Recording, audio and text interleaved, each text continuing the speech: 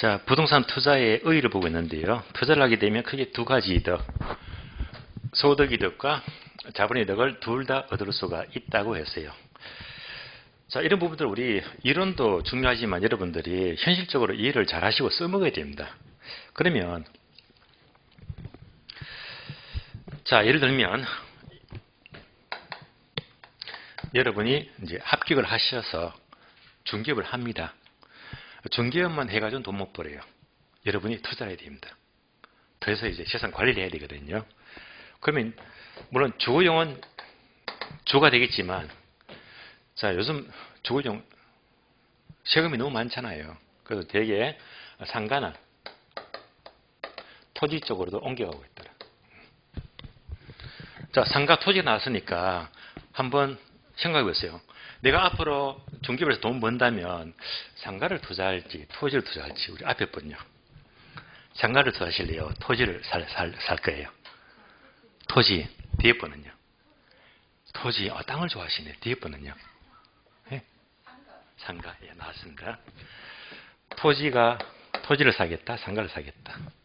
다르잖아요. 그러면 이제 이것을 어떻게 연결하지? 소득 이득과 자본 이득을 연결해야 됩니다. 볼게요. 소득 이득, 자본 이득.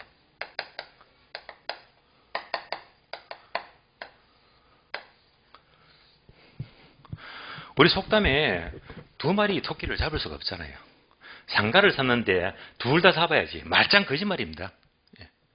만약 상가를 투자하신다고 하신 분은 상가는 주로 소득 이득, 월세, 얘가 목적이고 얘는 거의 없어요. 둘 다 못 잡아요. 예를 들어 볼까요?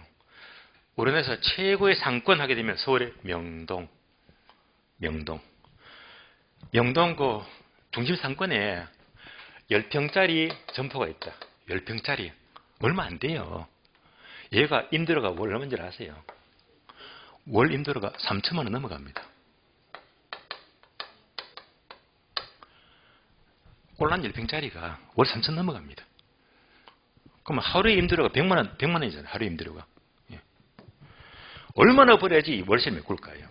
예. 그러니까 명동 상가들은 전부 다 얘가 목적이라 월세 받는 거. 일단 명동 상가는 무릇 익을 만큼 무릇 익었잖아요. 더 이상 더 좋아지기는 어렵다 말입니다. 그러니까 여기서 이제 처분해본들 큰 차이는 없어요. 워낙에 이제 상권이 최고 좋기 때문에. 항상 상가는요, 소득 이득을 목적으로 생각해야 됩니다.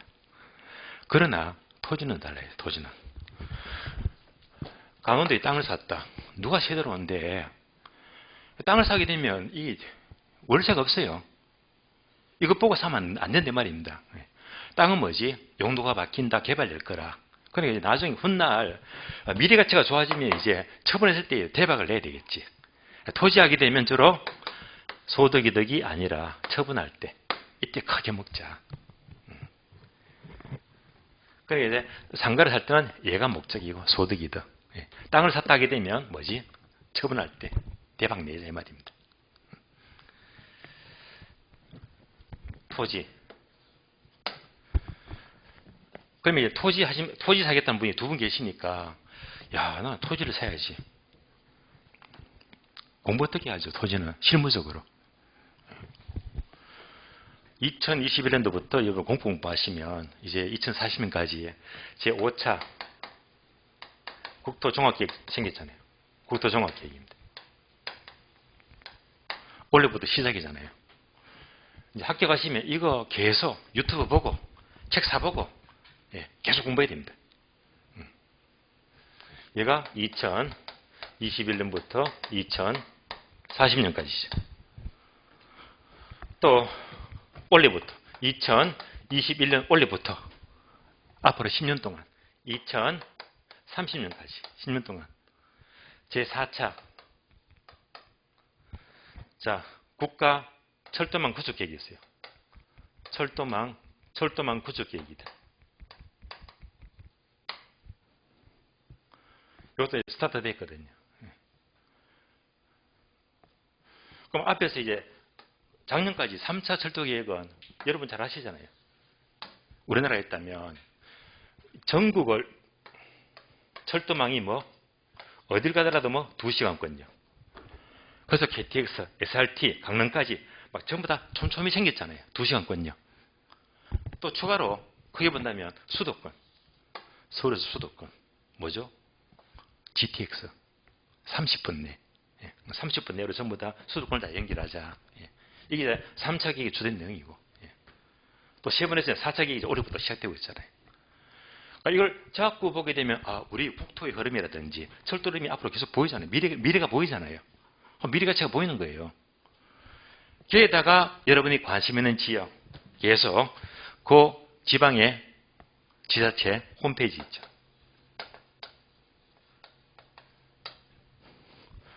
이 세 개를 끊어놓치면 안 돼요.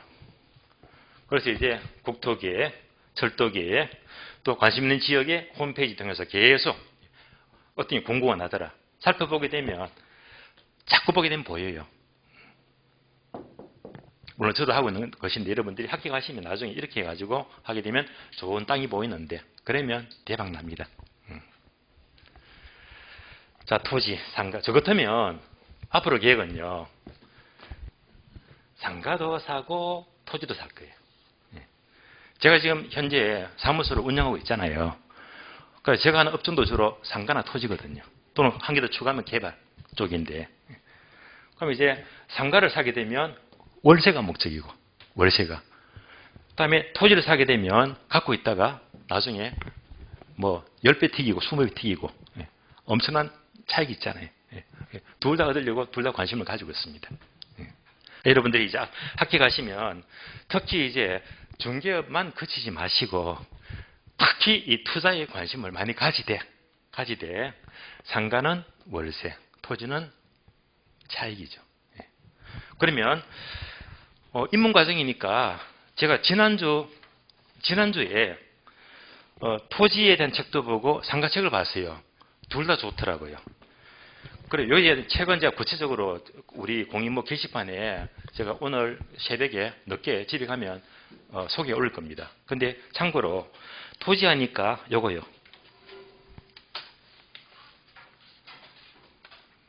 요 보이죠? 돈 되는 1000만원 소액 토지. 책이 좋아요. 읽어보니까 상당히 제가 얻은 바가 크거든요. 자, 토지도 1000만원 갖고 토지 투자를 합니다.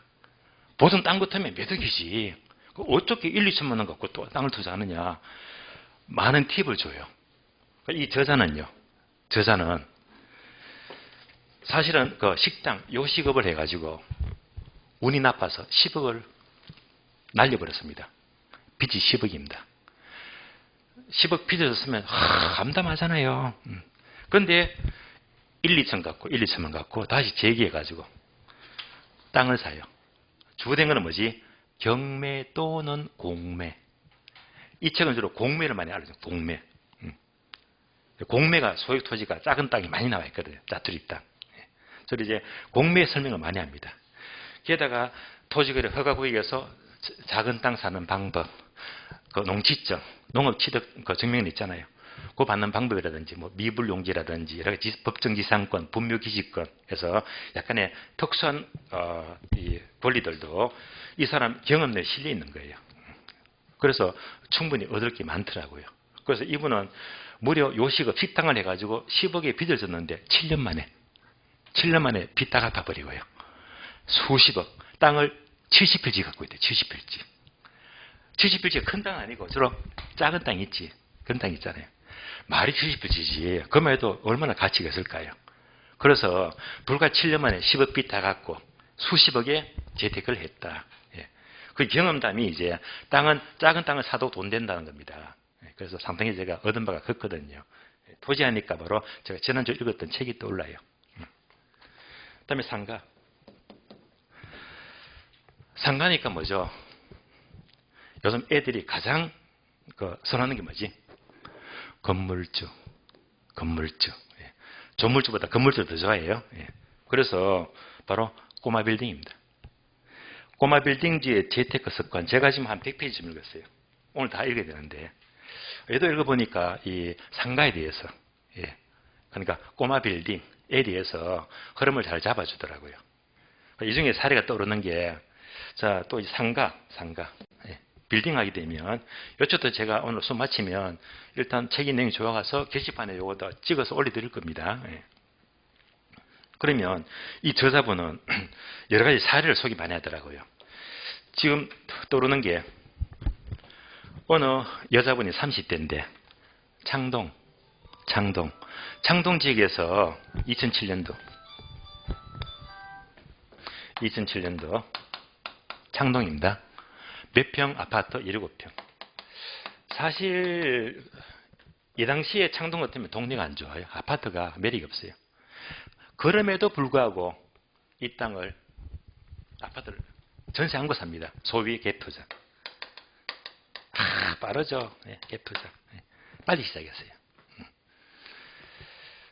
그래서 제법 먹었습니다. 출발 얼마? 이때 1억 5천입니다. 1억 5천만 원 갖고 갭투자 해가지고 상당히 먹었습니다. 2014년도 7년 뒤죠. 14년도에 성남에서 리모델링을 해요. 다세대 주택입니다.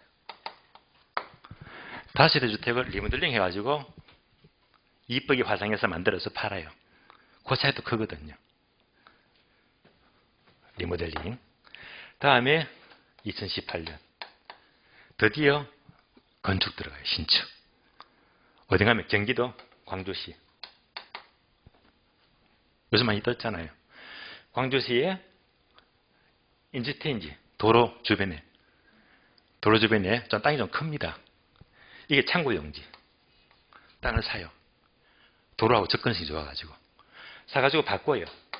판매시설로. 바꿔서 신축을 합니다. 그랬더니 가치가 확 올라가는 거예요. 그래서 얼마 만에? 12년 만에. 12년 만에. 예. 1억 5천이 얼마가 되었다? 100억 이상입니다. 멋지잖아요. 12년 만에 1억 5천 갖고 갭 투자하고 다시 주택 리모델링하고 파이 키워가지고 다음에 신축해가지고 100억 이상을 만들었어요. 멋지더라고요. 잘했다. 참 멋지신 분이네. 예. 그러면서 이제 이 사람은 가만히 다 필요 없어 그냥. 예. 이제 인도로 수익이 몇 천씩 들어오니까 이제 인생을 그대로 즐기면 돼. 예. 즐기면 되는 거예요. 멋지잖아요. 그러면서 이제부터는 설 것 쓰고, 예. 이제 그렇다고 나이가 60대입니까? 40대 중후반은 되겠지 그 나이에. 예. 그래서 이제부터 이번에 목표는 추가 목표는 돈 벌었으니까 관리하면서 이제는 이제 후배들한테 내 노하우를 가르쳐주고 책을 쓰고 강의로 받고 그러면서 책을 쓰면서 좀 더 이제 자기 내면을 업시키고 싶대요. 이걸 보자마자 참 멋지다. 그래서 이제 지난주 이번 주 책을 토지 상가를 보면서 나름대로 느낀 바가 컸습니다. 컸어요. 투자의 매력입니다. 투자. 그래서 여러분들은 이제 투자 시험도 중요하지만은 합격해가지고 내가 투자 멋지게 재테크해요. 관리를 잘해가지고 이렇게 앞에처럼 앞에 분은 7년 만에 또 뒤에 분은 12년 만에 확 일었었잖아요. 누구나 가능합니다. 자, 투자니까 또 제가 읽었던 오늘 지난주 책이 두 권 떠올라서 한번 소개를 해봤습니다. 자, 상가 투자하게 되면 항상 성격이 달라요. 이걸 보고 투자해야 됩니다. 자, 그러면 이제 투자 의의를 설명드렸고 책을 볼까요? 책을 보시면 325페이지입니다. 325페이지 보시면 의의가 나와요. 동남에 1번과 2번이 있죠. 1번만 볼게요. 1번 한 줄만 밑줄 하세요. 투자란 불확실한 미장래 수익을 얻기 위해서 확실한 현재 소비, 현재 비용을 희생한다. 현재 비용을 지출하는 겁니다. 그래서 이런 개념이구나 해서 이해만 하시고 다음 페이지 넘어가요. 다음 페이지 보시면 중간에 바로 2번 나오죠. 투자의 장단점. 얘는 꼭 알아야 된다. 자, 투자의 장점과 단점인데 먼저 1번 투자의 장점은 항목이 8개 나와요. 다 할 필요 없어요. 자, 지금부터 밑줄을 4개만 걸게요. 투자의 장점은 동남이 2번 지렛대 효과 밑줄. 지렛대 효과. 3번 밑줄 하세요. 인플레이션 해지 수단 밑줄. 4번 밑줄 하세요. 소득 이득과 자본 이득. 감 잡히죠. 다음에 6번 밑줄 절세 효과. 밑줄 4개. 우리 시험은요. 요 4개 마시면 잘하는 거야. 하나씩 설명을 드릴게요. 자, 2번입니다. 부동산 투자는 특히 지렛대 효과를 잘 발휘해야 됩니다. 지렛대 효과. 그러면 지렛대 효과는 뭡니까? 하게 되면 지렛대 효과. 여기서는 설명이 없잖아요. 우리 책을 좀 넘어가요. 331페이지를 보시면 돼요. 331페이지. 331페이지 보시면 맨 밑에 색칠 네모 애드 해서 지렛대 효과, 레버리지 효과 나오잖아요. 이 파트를 지금부터 설명을 드리겠습니다. 지렛대 효과입니다. 얘는 중요해요.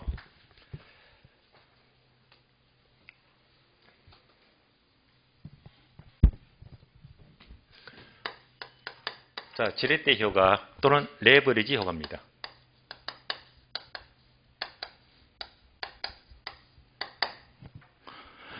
부동산은 몇 억씩 하잖아요. 고가품입니다.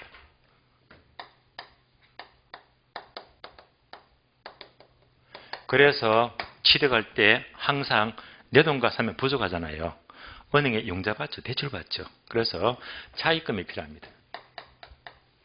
다른 말로 금융부채가 돼요.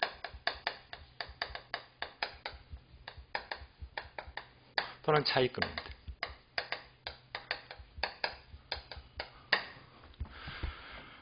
은행에서 빌렸다. 이 차입금에 따른 산출의 효과, 산출 효과, 얘를 지렛대라고 부릅니다.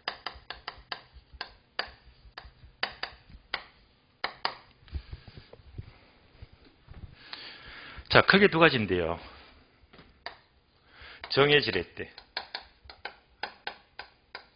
정의 지렛대, 다음에 부의 지렛대입니다. 두 가지입니다. 예를 들면, 자, 지렛대가 이렇게 생겼죠. 그림으로. 얘가 지렛대입니다. 지렛대는 힘을 조금만 주게 되면 아주 무거운 걸 들을 수가 있잖아요. 얘가 지렛대잖아요. 이때 힘을 준다는 게 차입금입니다. 은행에 돈 빌리자, 차입금.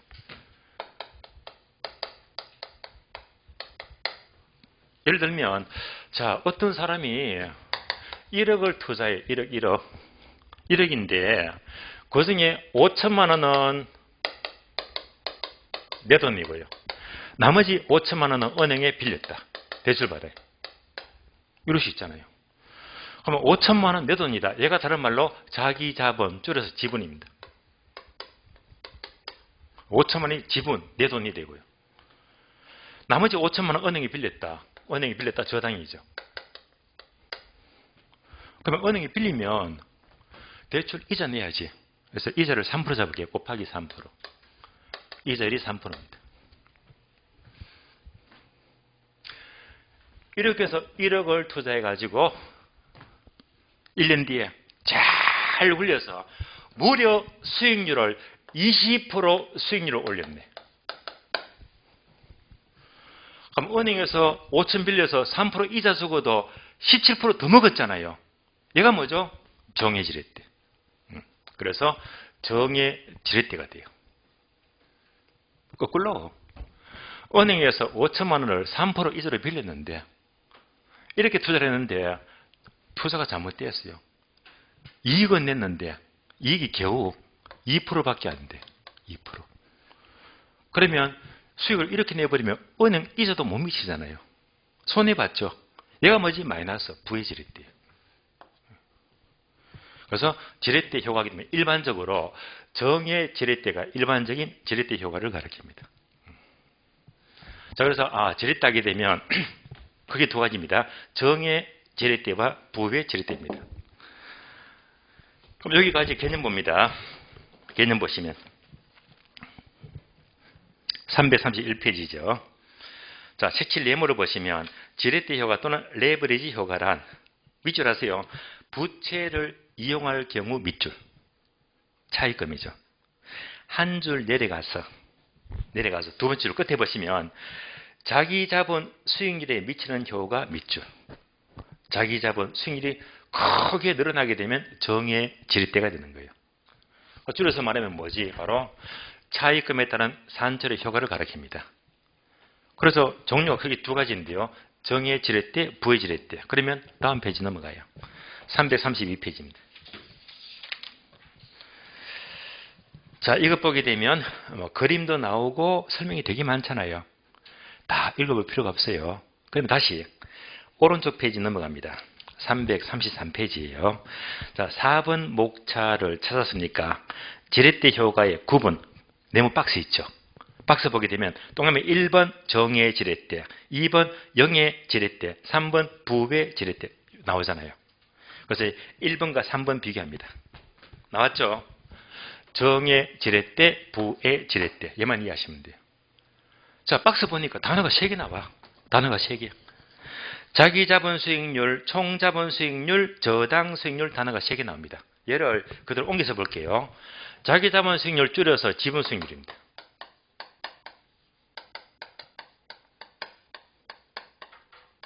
총 자본 수익률 줄여서 총 수익률.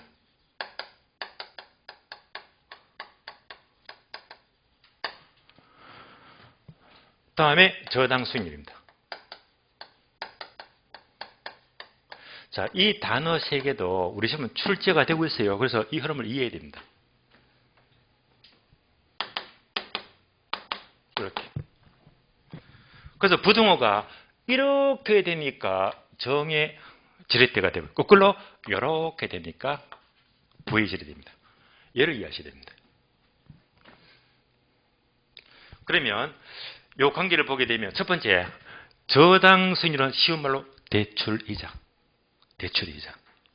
방금 얼마 빌렸죠? 3% 잡을게요. 은행의 대출이자가 3%다.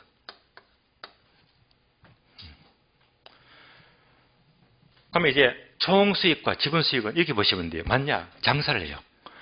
자, 내가 장사를 해서 한 달 동안 총 이만큼 수익을 냈네. 얘가 뭐죠? 총수익입니다. 총수익인데 여기다가 비용 떨어야지. 임금이 떨고 여러 가지 비용이 있잖아요. 비용 다 떨게 되면 뭐하죠? 순수익이 나오죠. 그러면 여러분들은 총수익이 중요해요? 순수익이 중요해요? 순수익이 중요해요. 아무리 총수익이 커도 비용이 많아버리면 오히려 손해보잖아요. 그러니까 총수익보다 더 중요한 게 알짜 수익입니다. 지분수익이 더 중요한 거예요. 그럼 예를 들어서 저당 수익이 3% 은행이 빌렸는데 자, 만약 수익을 20% 냈죠. 얘가 총수익이잖아요. 그런데 자, 앞에서 5,000원 빌려가지고 3% 갚아주고도 17% 더 먹었잖아요. 그럼 얘는 이제 20%에다 17% 더 먹어버렸지. 더 커졌잖아요. 그러니까 은행 대출이자 부담도 총수익이 더 크고 작은 애 다 갚아주니까 나의 알짜수익은 더 커지더라. 얘가 가장 큰 것이 바로 정의 지렛대입니다. 정의 지렛대. 따라서 정의 지렛대는 요 단어 기억이 됩니다. 지분 수익률을 증가시키는 것이 정의 지렛대입니다. 그래서 정의 지렛대는 차익금을 활용하여 나의 순수한 지분 수익을 크게 증가시키는 것이 바로 정의 지렛대입니다. 그래서 지분 수익률은 단어가 중요합니다. 그리고 얘는요, 계산 문제로 잘 나와. A급이라. 그래서 계산 문제는 바로 1월 달부터 계산을 풀어드릴 거예요. 계산 문제도 꼭 대비해야 됩니다. 자, 거꾸로가 부의 지렛대입니다. 거꾸로. 그러면 거꾸로 보게 되면 만약 은행 이자가 3%가 아니고 세상에 24%래. 말도 안 되잖아요. 이거 가정해봐요. 그러면 저당 이자가 너무 커버려. 이렇게 돈 빌려가지고 열심히 해서 1년 동안에 총수익을 20% 냈대. 이것도 수익 크거든요. 그런데 이렇게 내본들 은행 있어도 안 돼. 이거 다 갚아주고도 지분수익은 없잖아요. 이렇게 거꾸로 되어버리면 말도 안 되잖아요. 이런 경우는 아무리 벌어본들 소용없다. 그래서 이 말에서 주는 교훈이 뭐죠? 제2금융권, 제3금융권 이자가 막 15% 막 넘어가잖아요. 19% 되고 그런 돈 쓰지 말라 이 말입니다. 그런 돈 쓰게 되면 내가 아무리 열심히 벌어본들 전부 다 이자 다 주고도 내가 먹거리가 없으니까. 절대 돈 벌 수가 없어요. 20% 수익은요. 이거 엄청난 겁니다. 20%. 여러분이 잘 아시는 워렌 버핏. 최고의 부자입니까? 그분이 평생 살아오면서 평생 평균 수익률이 20%입니다. 연 20%. 복리로. 어마어마한 수익입니다. 여러분이 사시다가 이거 뭐도 엄청난 수익인데 이거 말고 30% 줄게. 40% 줄게. 특히 어디 가면 많죠? 서울에 저기 교대 있고 하게 되면 바글바글 하잖아요. 뭐지? 가상화폐. 네. 그 잡코인 있잖아요. 가상화폐. 그거 만들어가지고 이거 사게 되면 막 수익률이 엄청나다 그냥. 전부 다 사기예요. 네. 그래서 쳐다보지도 마세요. 자, 그래서 이제 정해질 때는 지분수를 가장 크게 만들고 여기 가장 적으면 손해본 겁니다. 요 관계를 생각하시면 돼요. 자, 여기까지가 바로 지렛대 효과를 설명을 드렸습니다. 혹시 여러분들 이거 들어보셨죠? 갭투자. 갭투자. 갭투자도 정의 지렛대입니다. 지렛대 효과. 예를 들면 어느 주택이세요. 자, 2억짜리다. 2억 잡을게요. 그럼 보통 이제 갭투자 가능하다면 전세가율이 80%니까 80%. 80% 전세다. 그러면 90% 잡을게요. 90%. 그럼 1억 8천이죠. 1억 8천입니다. 전세금이 90%라면 나머지 10% 갖고 내 돈 10% 가지고 전세 떠안고 살 수가 있잖아요. 그럼 내 돈 얼마 쓰면 되지? 2천만 원. 그래서 2억짜리 주택을 자 전세 떠안고 90% 그러니까 내 돈 2천만 원 갖고 얘를 전세 떠안고 샀습니다. 그런데 2억짜리가 집에서 계속 올라가더니 2억 5천만 원 됐대. 수익 크죠? 그게 먹었잖아요. 이것도 뭐죠? 일종의 지렛대 겁니다. 정의 지렛대. 항상 갭투자는요. 집값이 오르는 것을 전제로 해야 됩니다. 오르니까 자 전세 땅고 사가지고 이만큼 5천만 더 먹었잖아요. 그러니까 정의 지렛대가 되고 만약에 갭투자가 분위기가 안 좋아요. 집값이 내려가는 분위기는 내려간다면 결국은 전세금 깨버리잖아요. 깡통 전세. 이러면 곤란합니다. 항상 갭투자는요. 시장이 오르는 시기에서 떠안고 사야 되는 거예요. 결국 전세를 떠안고 사서 이득을 보는 것도 일종의 지렛대 효과다라고도 지분이 나온 적이 있어요. 여기까지. 지렛대 아시겠죠? 자, 그러면 이제 4번 보았습니다. 박스 보면서 정의 지렛대 단어 3개, 부의 지렛대 단어 3개 관계를 보았고요. 그러면 이제 지문 연습. 자, 우리 심 지문은 이제 요거 다 설명드렸잖아요. 설명드렸는데 지문은 이렇게 됩니다. 얘가 심 지문입니다. 볼까요? 정의 지렛대는 저당 수익률보다 총 수익을 증가시키는 경우를 말한다. 맞는 말이지. 그래서 이런 문장을 풀어서 묻는 게 우리 심 지문들입니다.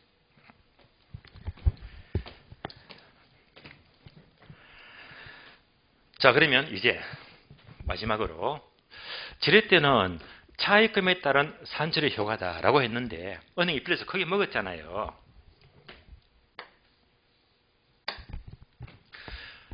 금융부채가 커지면 커질수록 대출 많이 받는다면 대출을 많이 받을수록 당연히 내 수익도 커집니다. 지렛대가 커지는 거예요. 이건 문제가 안 되는데 은행에서 많이 빌렸잖아요. 이때 그만큼 위험도 커져버립니다. 따라서 결국 차입금이 커질수록 수입도 큰 만큼 위험도 크게 증가시키는 거예요. 이때 얘가 뭐냐? 이 위험. 얘가 뭐가 됩니까? 위험이 커진다는 말은 은행이 빌렸잖아. 많이 빌렸잖아. 많이 빌리니까 원리금을 갚을 수가 없어. 원리금을 갚을 수가 없는 것을 다른 말로 채무 불행위라고 불러요.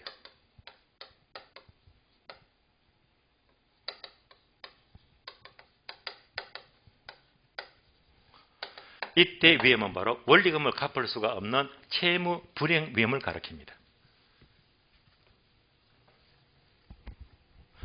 이것을 똑같은 말로 금융적 위험이다.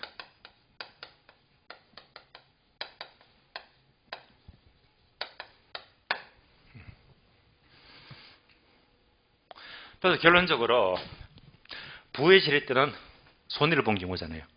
이럴 때 위험이 커지더라. 원리금 못 갚아요. 이것을 다른 말로 금융적 위험 이렇게도 불러요. 여기까지 연결해 주시면 됩니다. 질의 때 마치겠습니다. 다시 토지 장점 넘어가죠. 앞페이지 보시면 326페이지입니다. 326페이지.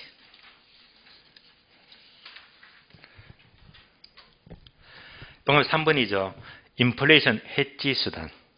자, 해지가 영어 단어인데요. 얘를 해석하면 해지란 게 울타리 또는 담장을 말해요. 울타리, 담장이 다른 말로 해석하면 보호한다는 말이에요. 보호한다. 방어한다, 보호한다를 말해요. 그러니까 인플레이션 해지는 바로 인플레 보호 기능입니다. 그럼 도대체 인플레가 뭡니까? 인플레이션. 상식적인 용어죠. 인플레이션.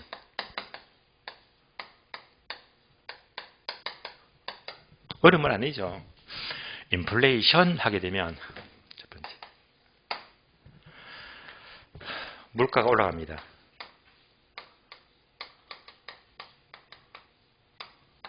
물가 상승.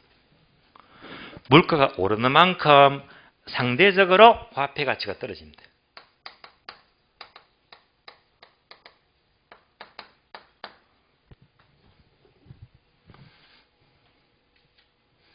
그래서 물가가 오르는 만큼 화폐 가치가 하락하는 것이 바로 인플레이션입니다. 지금 인플레이션 하게 되면 우리나라뿐만 아니라 전 세계적으로 이겁니다. 인플레이션. 가장 대표적인 이유가요. 여러분들 겪고 계시잖아요. 코로나. 전 세계로 심각하잖아요. 코로나 때문에 경제가 국가마다 다 무너지고 있어요. 얼마나 어렵습니까? 뭡니까? 소상공인 지원금 주죠. 국민들마다 뭐 20만원, 25만원, 50만원 지원금 받아보셨잖아요. 이 말이 무슨 말이죠? 정부가 돈을 찍어버려. 돈을 찍어서 지금 화폐량을 늘리고 있잖아요. 그러니까 결국 코로나의 영향으로 국가마다 돈을 자꾸 찍어버린다. 통화량을 늘려버려요.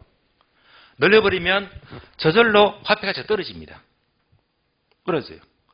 그것만큼 물가가 올라가는 거라. 물가가. 특히 또 코로나 때문에 인플레가 심합니다. 돈을 자꾸 찍어내니까. 지금 준다고. 그래서 결과적으로 통화량. 미국이건 유럽이건 우리나라건 통화량을 증가시켜버리면 돈을 많이 찍어내는 거잖아요. 그것만큼 화폐가 떨어진다. 떨어진 만큼 필연적으로 물가가 올라갑니다. 그래서 인플레는 통화량과 직접 관계가 되고 있습니다. 직접.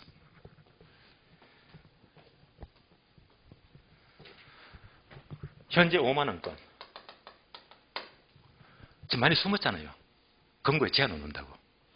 그래서 올해 초부터 이슈가 뭐지? 10만원권 발행하자. 화폐기에 가자. 예. 이미 한국으로 준비되어 있잖아요. 스타트 해버리면 얼마인지 이거 10만원 찍어내면 되거든요.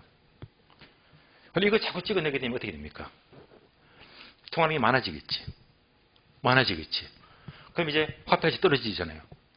그럼 물가가 올라가 버리지. 만약에 화폐기를 하게 되면 이때는 부자리 더 부를 증가시키는 절대 괜찮습니다. 왜요? 땅 많이 가진 사람은 엄청나게 이득을 많이 보거든요. 이런 경우라면 빨리빨리 물건 사야 돼요. 막 사모아야 됩니다. 그냥. 만약 이런 사태가 벌어져 버리면 그런 상황이면 무조건 뭐 아파트고 땅이고 상가고 막 사버립니다.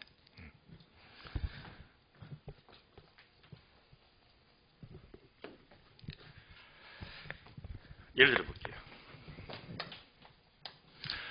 2021년이죠. 그러면 지금부터 30년 전 하면 1991년이 돼요. 30년 전으로 비교합니다. 30년 전 여러분 좋아하시는 짜장면 한 그릇 얼마쯤 했을까요? 얼마쯤? 대충 1,000원 했습니다. 30년 전에 짜장면 한 그릇이 1,000원 했다.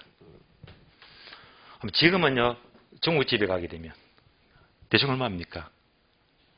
한 6,000원 할 거예요. 30년 전 1,000원짜리가 지금은요, 6,000원. 그럼 뭐 돈같이 떨어졌잖아요. 물가가 올라갔잖아요. 인플레이션. 몇 배 올랐다? 6배. 곱하기 6배입니다. 한번 비교하세요. 자, 여기 분당이죠. 모란역이잖아요. 그러면 현재 분당 모란역 분당입니다. 분당의 땅값이 30년 전 이 지역의 땅값이 과연 6배만 올랐을까요? 훨씬 더 올랐을까요? 훨씬 더 올랐지. 예. 그래서 인플레이션 하게 되면 이렇게 일반적으로 물가가 오를 때, 동산들이 오를 때 땅값은 이보다 비교가 되고 훨씬 더 올랐거든요. 훨씬 더 올랐단 말입니다. 그래서 인플레가 생길 때 부동산 투자는 그만큼 더 유리하다. 얘가 바로 인플레이션 보호 기능입니다. 그래서 인플레가 발생하기 전에 미리 부동산에 투자하게 되면요. 그만큼 뭐 인플레에 대한 영향을 크게 혜택을 많이 보고 유리하다는 말입니다. 인플레 보호 기능입니다.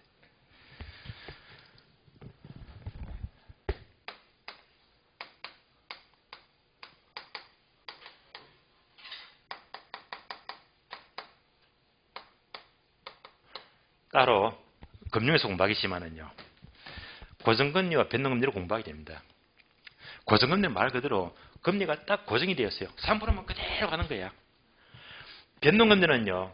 처음에 3%에도 변동금리라면 얘가 3.2, 3.5, 4% 덜쭉덜쭉 올라가잖아요. 변동금리. 그래서 결국 은행은 고정금리보다는 변동금리를 좋아합니다. 뭐 때문에? 이것 때문에. 인플레이션. 그래서 이것만큼 이자가 올라가는 게 변동금리가 돼요. 변동금리. 따라서 인플레만 떠올리면 이것 때문에 은행은 손해를 보거든요. 왜? 화폐가 떨어지니까. 그래서 결국 인플레이션율만큼 금리를 올려버리자. 얘가 뭐죠? 변동금리. 여기까지 보시면 돼요. 자, 그러면 책을 보시면 4번 소득이득과 자본이득. 설명드렸죠. 투자를 하게 되면 운영을 통해서 소득이득을 얻을 수가 있고 처분을 통해서 자본이득을 둘 다 얻을 수가 있다. 6번 절세효과. 자, 투자를 하게 되면 그만큼 세금 혜택을 많이 받습니다. 그러면 6번 제목이 절세효과죠. 제목에다가 화살표 하나 적어주시면 돼요. 단어 2개만 적어주면 돼요. 첫 번째 감가상각비 적어주고 감가상각비. 다음에 대출이자, 이자비입니다. 대출이자.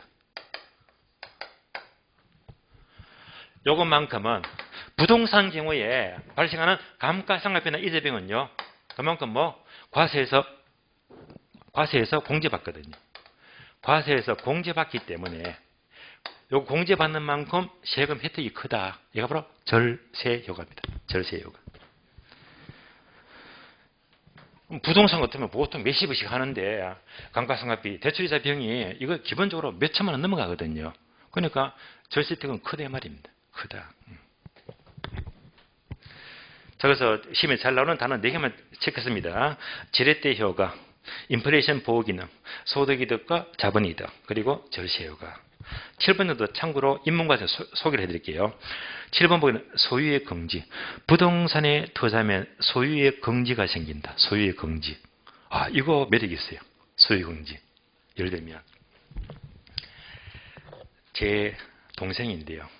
제 동생이 저보다 2살 어려요. 2살 아래인데 이 친구가 5월 전에 대학교 졸업해서 여러분들 거주도 아시죠? 거주도에 삼성중공업이 있어요. 조선 쪽인데 거기 취업을 했는데 삼성중공업이면 대기업이니까 직장 좋았거든요. 예. 다니면서 명절 때마다 서로 가족끼리 모이면 동생이 이런 얘기 하더라고요. 야, 우리 회사에 이 과장이 특별한 취미를 갖고 있대요. 특별한 취미. 그리고 그게 뭐냐 물어보니까 땅 사 모으는 게 취미래요. 희한한 취미입니다. 이 멋진 취미예요. 멋진 취미. 예. 거제도 같습니다. 아주 오래전이에요. 그러면 이 과장 부부가요. 맞벌이 합니다.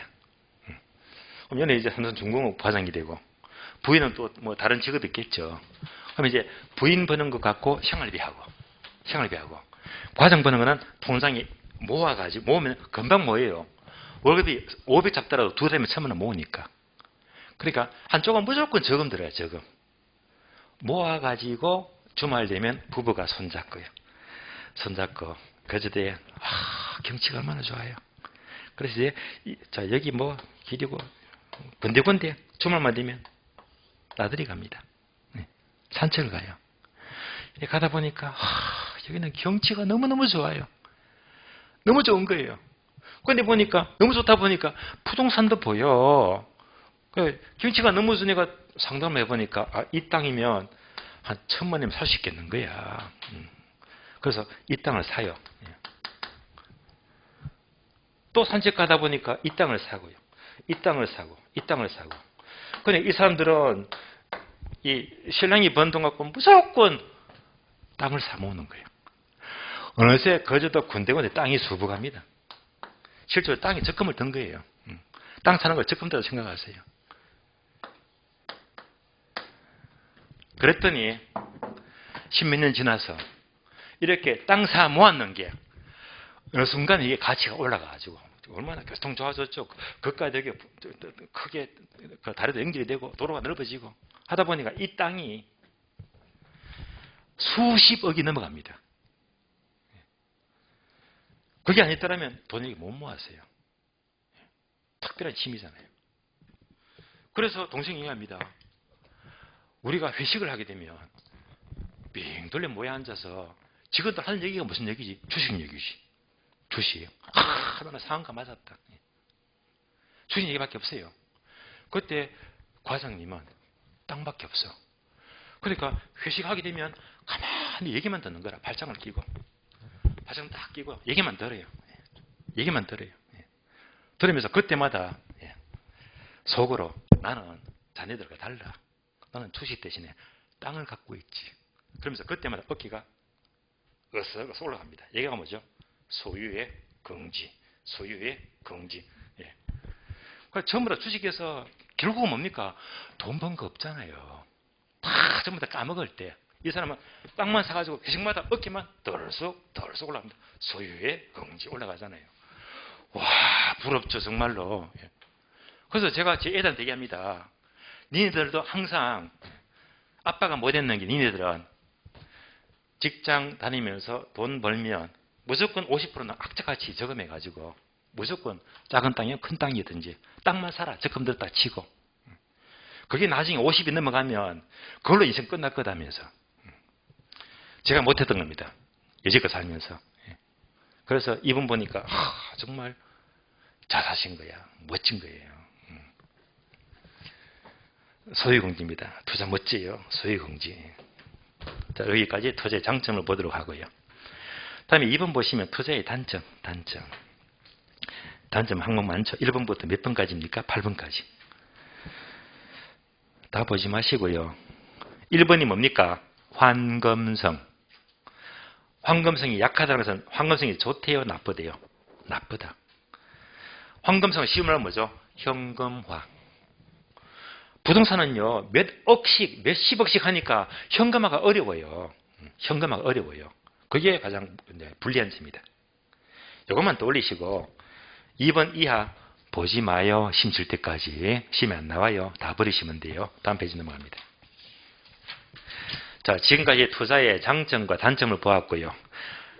다음 페이지 보시면 걸어서 한번 투기 앞에다가 X 하세요. 지나갑니다. 보지 마세요. 옛날에 나왔죠. 요즘 안 나와요. 투기가 좋은 게 없잖아요. 시험 나올 리가 만무합니다. 네모 2번.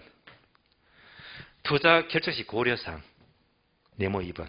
앞에다가 X 보지 마요. 우리 시험과 관계없습니다. 너무 버리시고요. 다음 페이지. 330페이지.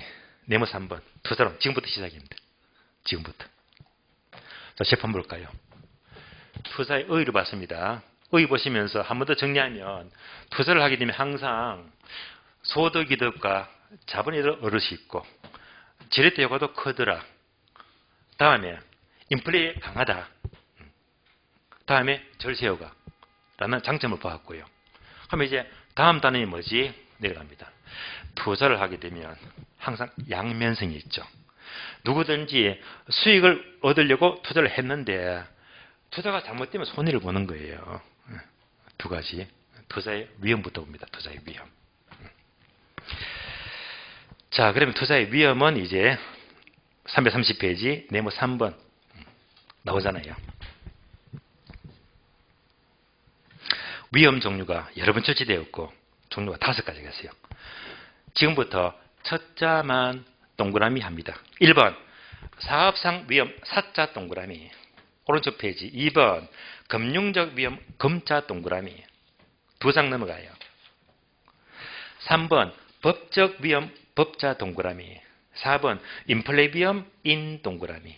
5번 유동성 위험 유 동그라미. 자, 5개요. 합쳐서 읽으면 어떻게 되죠? 사금법인유. 사금법인유. 무슨 법인? 사금법인. 사금법인유 하시면 돼요. 그래서 사금법인유 5가지가 투자의 위험이다. 그러니까 우리 시험은 오지선다. 사금법인유 나오기 딱 좋아. 그런데 이 단어는 어려운 말은 없습니다. 사금법인유. 자, 투자의 위험 사금법인유 5가지는요. 쉬었다가 다음 시간부터 차근차근 설명을 드리겠습니다. 쉬겠습니다.